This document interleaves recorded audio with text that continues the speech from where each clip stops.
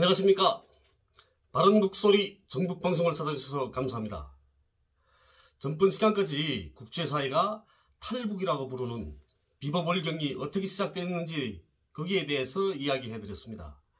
그래서 이 시간부터는 중국으로 건너간 사람들은 어떻게 살았고 왜 인신매매가 생기게 되었는지, 그리고 왜 한국으로 오게 되었는지, 한 해에 1000명이 넘게 들어오던 탈북자들이 왜 줄어들었는지, 한국에 왔던 탈북자들이 왜 제3국으로 가게 되었는지, 여기에 대해서 이야기해드리려고 합니다.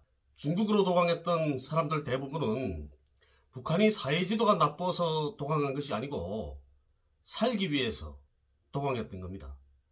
그래서 북에는 이런 말이 있습니다. 죽는 게 반역이다. 죽으면 사회주의도 지킬 수 없다. 그래서 북한에서도 국경지역 사람들은 도강, 비버월경하는 사람들을 놓고 크게 범죄라고 생각지 않는 그런 분위기였습니다. 지금도 그렇습니다. 근데 저 내륙 쪽으로 들어가면 다르거든요. 내륙이라고 하면 청진, 함흥, 평성, 평양 이쪽으로 가면, 그다음 황해도 쪽으로 오게 되면, 도강에 중국에 갔다 하게 되면 완전히 그건 역적 취급합니다. 그쪽 사람들은. 근데 국경지역 사람들은 안 그러거든요. 그러니까 그러다 보니까 자기 발로 중국 가는 사람들도 많았거든요.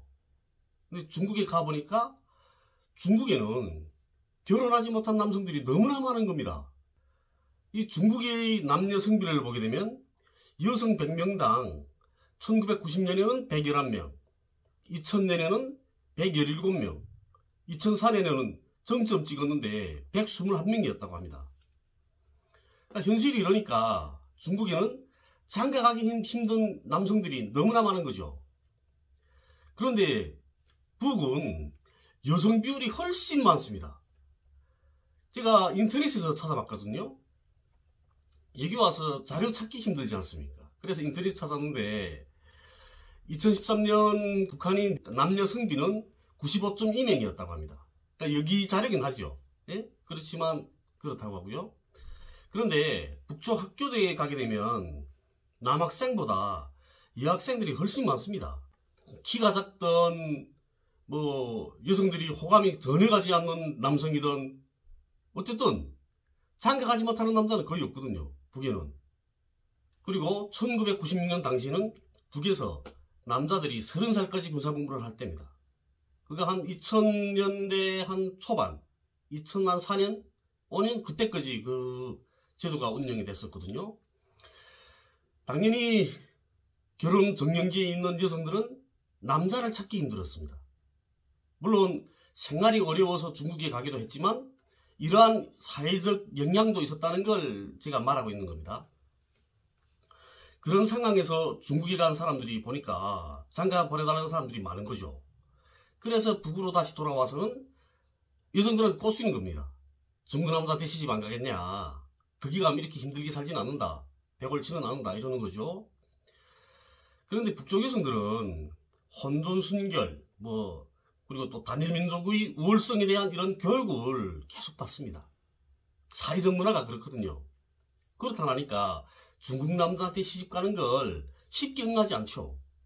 그러다 나니까 유인 납치도 벌어지게 된 겁니다.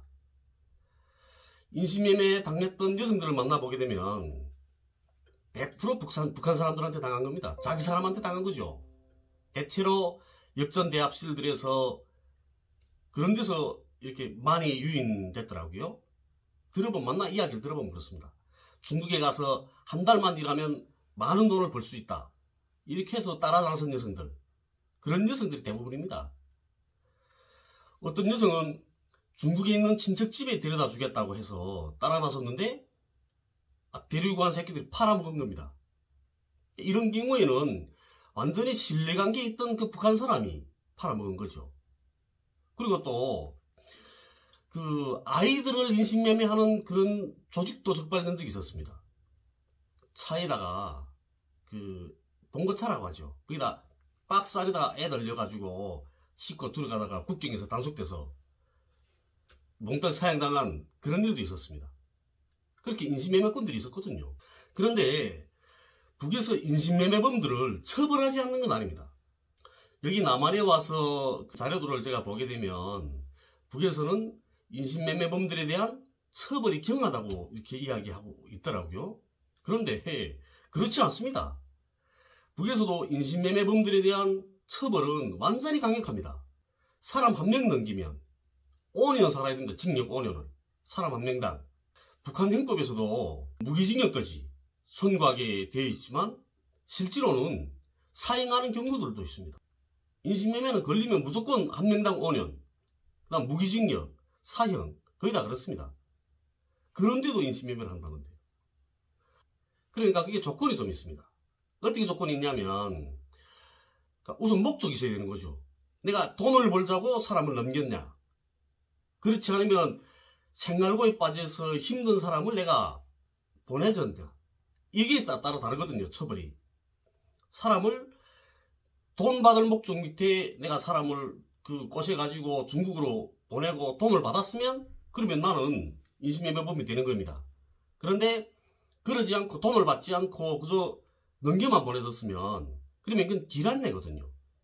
그러니까 처벌조항 그때 길안내 때는 그건 처벌이 경미합니다. 그거는. 근데 돈을 받을 목적으로 사람을 넘겼으면 그때는 그건 인신매매거든요. 그렇게 하면 처벌이 센 겁니다. 그건. 이렇게 북에서 인신매매를 하다가 걸려들게 되면 사형 아닌 무기징역 가게 되니까 그러니까 남한으로 도주하는 겁니다. 그 다음엔. 그런데 남한에 와서는 인신매매법이라고 고소를 하게 되면 남한에서는 처벌하지 않습니다. 북에서 어떤 인신매매범한테 걸려들어서 인신매매 당한 그 여성이 한국에 왔죠. 한국에 왔는데 한국에 와보니까 그 인신매매범은 만나게 된 겁니다. 그래서 고소를 하는 거죠. 내가 저 사람 때문에 인신매매 당했다. 이렇게 말하게 되면 한국에서는 처벌 안 합니다. 왠지 아십니까? 제3국에서 일어난 일을 가지고는 처벌을 못 한다는 거죠. 이게 허강일의 경우가 같습니다. 북한 식당 종업원들 데리고 온 그 지배인이라는 그 허강일의 아내. 걔 같은 경우에도 중국에 있을 때 그 자기네 식당 종업원 여성을 때렸거든요. 구타를 했습니다. 그래서 그 여성 여기 와서 허강일을 고소를 했거든요. 그런데 처벌을 못 했습니다. 제3국에서 일어난 일이다 해서. 그러니까 이 북한 인신매매범들은 여기 남한에 와서는 또 살아야 되지 않습니까? 남한에 와서. 배운 거라는 건 사람 팔아먹는 일밖에 배운 게 없거든요. 그러니까 이번에는 중국에서 살고 있는 탈북 여성들, 그 중엔 자기들이 팔아먹었던 여성도 있는 거죠. 그 여성들을 찾아가지고 중국 남성들한테 성착취를 당하고 있는 우리 탈북 여성들을 구출한다. 이런 명목을 가지고 중국에 들어가서는 현재 자리를 잡고 살고 있는 그런 여성들까지 꼬셔가지고 남한으로 데려오는 겁니다. 북한에서 인신매매법이 남한에 와서는 북한인권 투사가 되는 거죠. 그리고는 중국에서 지옥 같은 삶에서 살고 있는 사람을 우리가 구원해 줬으니까 네가 돈을 내야 될 거 아니냐. 그리고 브로커 비용을 받는 겁니다. 그리고 또 어떻게 하는지 아십니까? 여자 하나 소개해 줄 거니까 네가 돈 내라. 이래가지고 또 돈을 받는 겁니다. 그렇게 하고 또 그 남성한테 안겨주는 거죠. 현실은 이렇습니다. 그리고 또 탈북 여성들을 한국으로 데려오는 과정에서도 성폭행은 일어납니다. 제가 만나본 한 여성분은 이런 말씀 하시더라고요. 그 여성이 40살이었습니다. 그런데 탈북민 구출을 한다는 그 목사가, 한국 목사거든요. 그 목사가 이런 말 하더랍니다. 40살이 넘은 여자는 신내 난다고. 그 여자 40살이었으니까 그 여자를 건드리지 않고 다른 여자를 건드리더라는 거죠. 이런 자들이 십자가를 들고 그 누구의 인권을 외치면서 다니고 있는 겁니다. 중국에 그렇게 팔려간 그 여성들의 경우에도 난생 처음 보는 그 남자한테 시집가지 않았습니까? 마음에도 없는. 그러니까 그 남자가 좋을 리 만만한 거죠. 그런데 도망치려고 해도 말을 우선 모르는 겁니다. 그리고 지리도 모르죠. 그러니까 도망칠 수 없는 겁니다. 제가 국경경대에 있을 때 그렇게 팔려가서 살다가 도망쳐온 여성들이 있거든요. 도망쳐서 도강해서 넘어오는 여성들이 있습니다. 그런 여성들을 만나게 되면 우선 어쨌든 비법불경자니까 체포하죠. 그래서 우리가 초심을 하는 겁니다.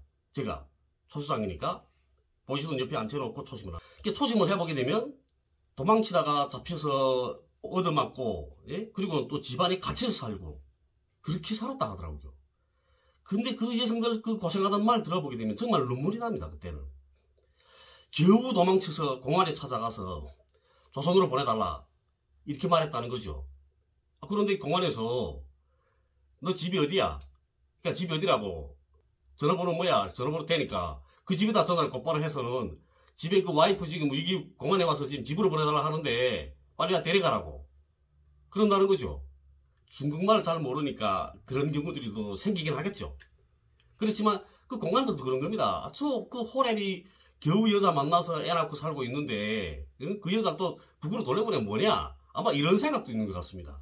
그래서 또 다시 잡혀가고 여기 와서 만나본 다른 그 탈북 여성분들 이야기 들어보니까 이런 친구들이 꽤 있더라고요. 거기서 고향의 부모님 계속 생각날 거 아닙니까?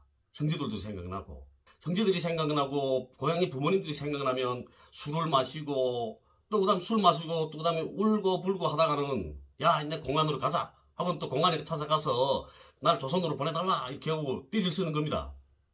그럼 또 공안에서 또 집에다 전화를 해서 집에서 또 데리러 오고 그럼 또 다시 또 집으로 끌려가고 그리고 또 남편이 또 편나는 거죠. 그러면 또 어릴 때 동네에서 막 놀다가 다른 애들한테 얻어맞았어 내가. 그런데 오빠가 와서 막 또 그 애를 때려줍니다. 그러니까 그런 생각이 또 나는 거죠. 그러니까 야 내 이제 오빠가 인민군에 입대했는데 이제 우리 오빠 이제 제대도 올 때 됐으니까 내 이제 조선에 다시 나가서 오빠 데려다가 니 새끼리 이제 실컷 해줄 거야. 그런 생각 가지고 또 그다음에 간다는 거지. 그리고 집으로 가겠다 가다가도 애가 있으니까.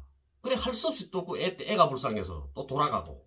그리고 또 뭐 팔려와서 할 수 없이 살면서도 고향에 두고 온 남편, 아이들 생각에 잠 못 이루고 또 그리고 그 중국 남편 얼려가지고 돈을 한 푼이라도 더 달래서 고향에 있는 남편한테 보내주고 또 그 남편이 또 다른 여자 결혼해서 산다는 거 알고 있으면서도 아이 때문에 중국 남편한테서 또 돈 달래서 보내주고 그리고 중국말 다 배운 다음에는 도망쳐서 도예지로 나왔는데 나와서 정상적인 직업을 잡고 일하다 보니까 회사들에서 호구를 요구하는 겁니다. 호구 요구하니까 호구를 대야 되는데 없으니까 그 회사에 취직해서 정상적인 그런 그 노동생활을 할 수 없는 거죠. 그러다 나니까 할 수 없어서 또 유흥업소로 흘러들어가는 겁니다. 이렇게 정말 별의별 일들이 다 있더라고요. 그런데 인신매매 되어 왔던지 간에 또 그리고 또 자기 발로 왔던지 간에 이 여성들의 공통된 점이 있습니다. 뭐냐면 어떤 일을 하면서 살든지 간에 거의 대부분의 여성들은 북에 있는 고향에 자기 부모 형제, 남편, 아이들한테 돈을 보낸다는 겁니다. 생활비를. 이건 그분들이 고향을 잊지 않았다는 뜻이기도 하죠. 오늘 이 시간에는 인신매매 되어 온 여성들이 삶에 대한 이야기를 했습니다. 물론 제가 하는 이야기가 전부는 아니겠지만 그래도 일부라도 이야기해드려야 되겠다는 생각이 들어서 이 방송을 하게 된 겁니다. 다음 시간도 기다려 주십시오. 감사합니다.